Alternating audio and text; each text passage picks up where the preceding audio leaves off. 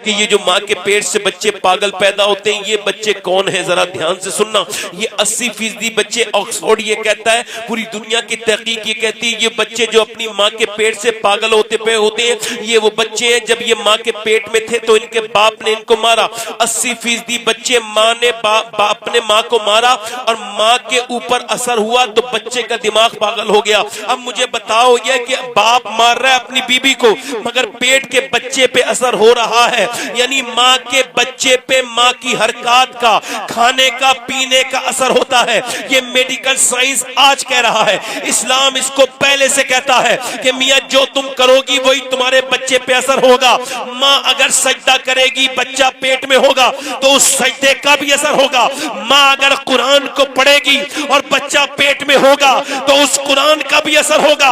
माँ अगर गाने गाएगी बच्चा पेट में होगा तो उस गाने का भी असर होगा। माँ अगर गालियां देगी तो बच्चा पेट में होगा, उसका भी असर होगा। मुझे आप बताओ, ये बिल्कुल सही बात है कि जब डॉक्टर के पास औरत जाती है तो वो कहता है कि अगर तुम्हें ताकतवर बच्चा चाहिए तो ज्यादा हाइपर ना होना, ब्लड प्रेशर बढ़ने ना देना, अच्छी ग़िज़ाएं खाना।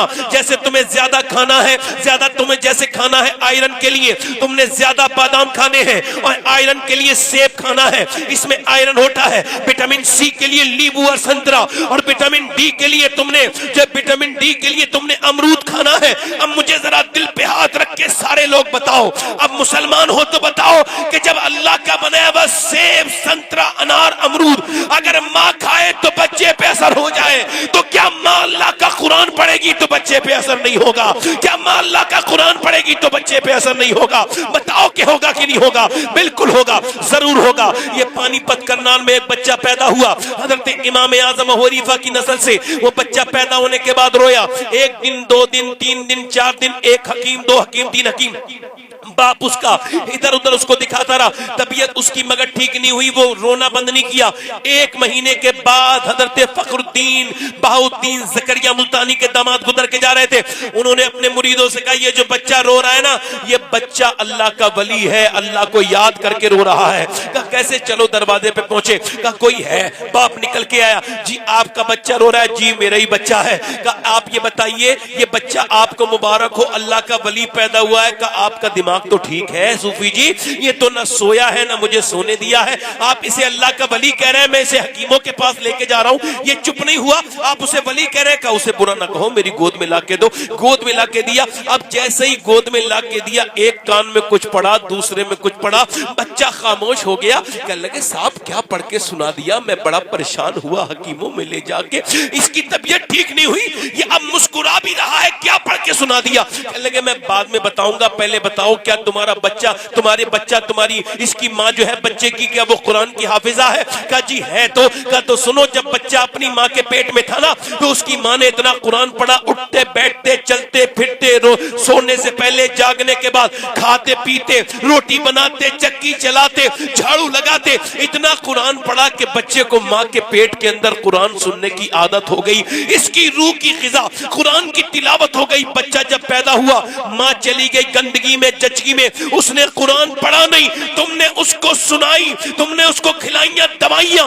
मैंने एक कान में एक आयत पढ़ी, दूसरे में दूसरी पढ़ी, बच्चे को ग़िज़ा मिल गई, खामोश हो गया। उस बच्चे का नाम शरफुद्दीन बू अली शाह कलंदर पानीपती है। तो जब माँ पानीपत वाले की कुरान सुनाती है तो पानीपत का शरफुद्दीन बू अली कलंदर पूरी दुनिया को कुरान का मतलब समझाता है। और जब माँ कुरान सुनाती है मदीने के हुसैन की, तो करबला से कहते हैं, ए मेरी वालदा, आप भूखी रही तो कुरान सुनाया, आप प्यासी रही तो कुरान सुनाया, आपने चक्की चलाई तो कुरान सुनाया, आपने रोटी बनाई तो मुझे कुरान सुनाया मेरी माँ, मगर आपने चक्की चला के कुरान सुनाया है, हुसैन सर कटा के कुरान सुनाएगा।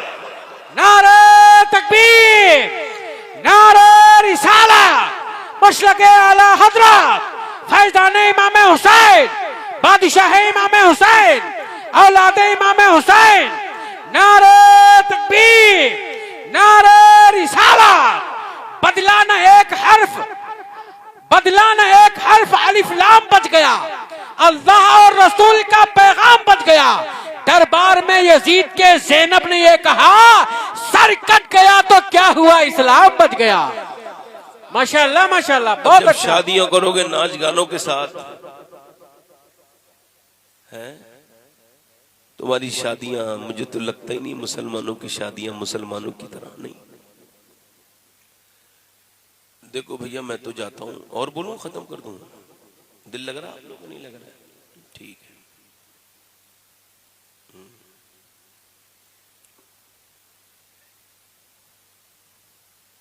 40 मिनट हो गए, और बोलूं 10-5 मिनट? बोलो बोलो। अच्छा लग रहा है, दिल लग रहा है? बड़े बुजुर्ग बड़े बूढ़े कहते हैं कि अब हम शादी में जाते हैं। मौलाना साहब कह रहे थे मुझसे कि सैयद साहब बड़ा अफसोस होता है शादियों में जाके। क्यों? कहने लगे निकाह पढ़ाने जाते हैं तो मुसलमान बच्चियों के सरों पे दुपट्टे भी नहीं होते। इधर देखो, मेरी तरफ देख लो, इधर देख लो भाई। इको कम करो भाई, जरा थोड़ा इको कम करो।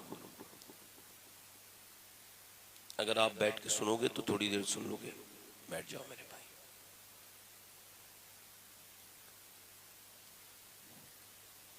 मुसलमानों की शादियों में बैंड बाजे, गीत, यहूदी नसरानियों की तरह शादियां। फिटिंग के लिबास औरतों में चल गए, आम हो गए। आदि आस्तीन के लिबास आम हो गए। जबकि शरीयत ये कहती है, उलमा कहते हैं, औरत अगर वुजू कर रही है, ध्यान से सुनना, क्या कर रही है? वुजू। और अगर वो वुजू करते वक्त अपना हाथ खोल रही है, हाथ ये कौनी, और ये पर्दा लाजिम है, गैर महरम न देखे इसे। अब इसने अपना हाथ खोला, और अगर खोलेगी तो गैर महरम इसको देख लेगा वुजू करते वक्त, और ये मजबूर है, पानी कहीं नहीं ले जा सकती। तो फुकहा ने लिखा फिर ऐसी औरत के लिए हुक्म यह है कि वो तयम्मुम से नमाज पढ़े, वुजू न करे, यानी अपना हाथ न खोले।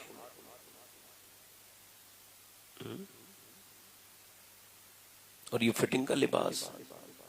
भाई औरत और मर्द की नमाज अलग अलग क्यों है? मर्द यहाँ हाथ ला के नमाज पढ़ता है, अल्लाह अकबर।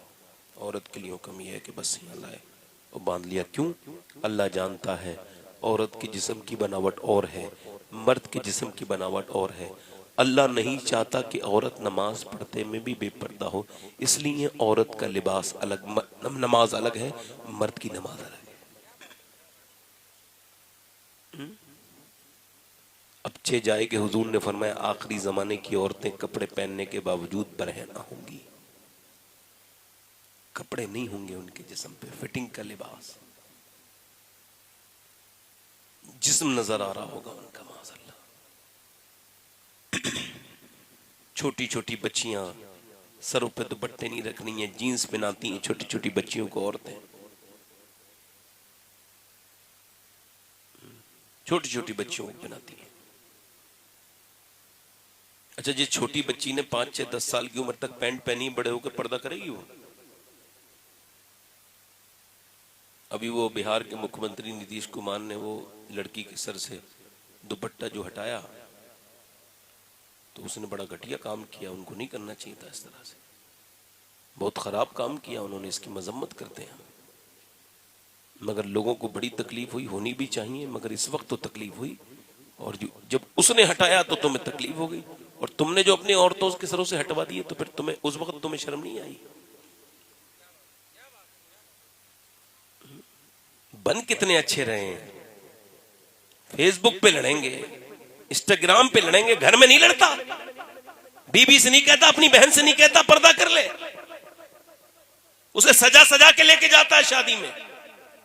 जो अपनी बीबी को सजा के लेके जाता है शादी में, वो ये ऐलान करता है कि मैं दूसरों की बेटियां देखूंगा, बीबियां, तो अपनी बीबी लेके जा रहा हूं। ये रोने की बात है, हंसने की बात नहीं, ये डरने की बात है। जो अपनी बहन को सजा के सवार के लेके जाता है, वो बेशऊर तो होता ही है, लाशऊरी तौर पे ऐलान करता है कि मैं देखो दूसरे की बहन को देखूंगा तो अपनी बहन बदले में लेके जा रहा हूं। जब तुम खुद ही अपनी घरों में पर्दा नहीं कराओगे, जो तकरीरें कर रहे हैं उनको तो छोड़ो, आम लोगों को जहेज की बात हालम यह है कि जो जहेज के खिलाफ तकरीर करते हैं वो अपनी शादी में गाड़ी ले लेते हैं, कार।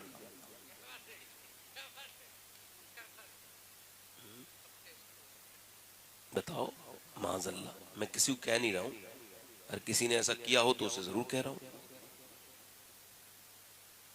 क्या समझ रहे हो? हमारी शादियां, एक हमारी शादी और खुदा की कसम एक तुम्हारे यहाँ, एक हमारे यहाँ शादी, एक हुजूर के यहाँ शादी हुई, और जैसी हुजूर के यहाँ शादी हुई, नबियों के बाद इतनी अच्छी शादी किसी की नहीं हुई जितनी अली और फातिमा की शादी हुई है। जल्दी बोलो, इतना हसीन जोड़ा किसी का नहीं है जितना हुजूर की बेटी का और हुजूर के दामाद अली का है। जल्दी बोलो, ऐसा जोड़ा है किसी का? जल्दी तो बोलो, ये कोई आम जोड़ा नहीं है। जब जन्नती जन्नत में चले जाएंगे, जन्नती कहां चले जाएंगे? तो एक उजाला होगा और ऐसे नूर चमकेगा, रोशनी चमकेगी। अहले महशर अर्ज करेंगे ये कैसी रोशनी है, जबकि जन्नत में हमने सुना था सूरज नहीं होगा, चांद नहीं होगा, तो ये कैसी रोशनी है? तो फरिश्ते कहेंगे ये सूरज और चांद की रोशनी नहीं है। का फिर का अली और फातिमा अपनी जन्नत में मुस्कुराए हैं, ये उनके चेहरों के नूर है जिससे जन्नत। नारे तकबीर, नारे रिसालत, मशलके आला हजरत, फैजाने पंजतने पाक, क्या कहने, जिंदाबाद जिंदाबाद। वाह वाह वाह। ये हमारी शादियां। हजरत अली कहते हैं मेरी शादी हुई, मेरी बहनों को सुन रही है और जो नहीं सुने उन्हें भी सुना देना। मौला अली कहते हैं मेरी शादी हुई तो मेरे घर में मेरी बीबी आई, तो मैंने जब उनको देखा तो मैं उनको देख के रोने लगा। मेरी आंखों में आंसू आए तो वो आगे बढ़ी और कहा क्या आपको ये शादी पसंद न थी ए अली, तो आप रोते हैं? तो मैंने कहा नहीं नहीं, बात ये नहीं है, बात ये है फातिमा कि जब कोई लड़की दुल्हन बनती है, मैं आपके तहम्मुल को, आपके सब्र को देख के रो रहा हूँ। तो उसकी ये ख्वाहिश होती है, उसकी आरजू होती है कि जब वो दुल्हन बने एक जोड़ी नए कपड़े पहन ले। मैं देख रहा हूँ कि दोनों आलम के मालिक व मुख्तार की बेटी दुल्हन बन के आई है, चेहरे पे कोई शिकवा नहीं, चेहरे पे कोई शिकन नहीं, जबान पे कोई शिकवा नहीं, और आप जिस कपड़े में दुल्हन बन के आई हैं उसमें 17 पैमद लगे हुए हैं। इसको सिर्फ सुना मत करो, सोचा करो। बताओ किसी की बेटी उनके पांव के बराबर है? बताओ किसी की बेटी की इतनी इज्जत है जितनी हुजूर की बेटी की इज्जत है?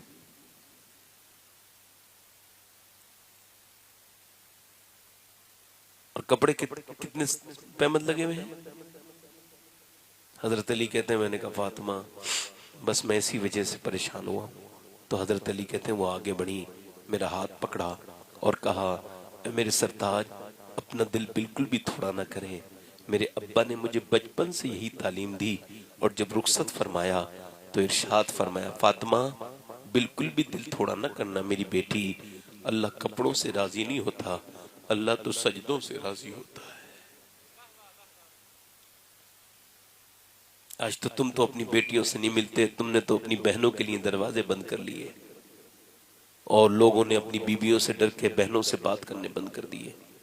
घरों में बरकतें कहां से आए हैं? वो दुआ करने वाली बहनें ही नहीं घरों में नहीं आती, वो बेटियां ही घरों में नहीं आती, उनको ताने मिलते हैं। तुम फेसबुक पे दोस्तियां तलाश करते हो, तुम चैटिंग अननोन लड़कियों से करते हो, तुम अपनी बहन को एक फोन नहीं करते, उसको ताने मिलते हैं। तेरा भाई फोन नहीं करता, आता नहीं, कभी अपनी तकदीर बनानी है।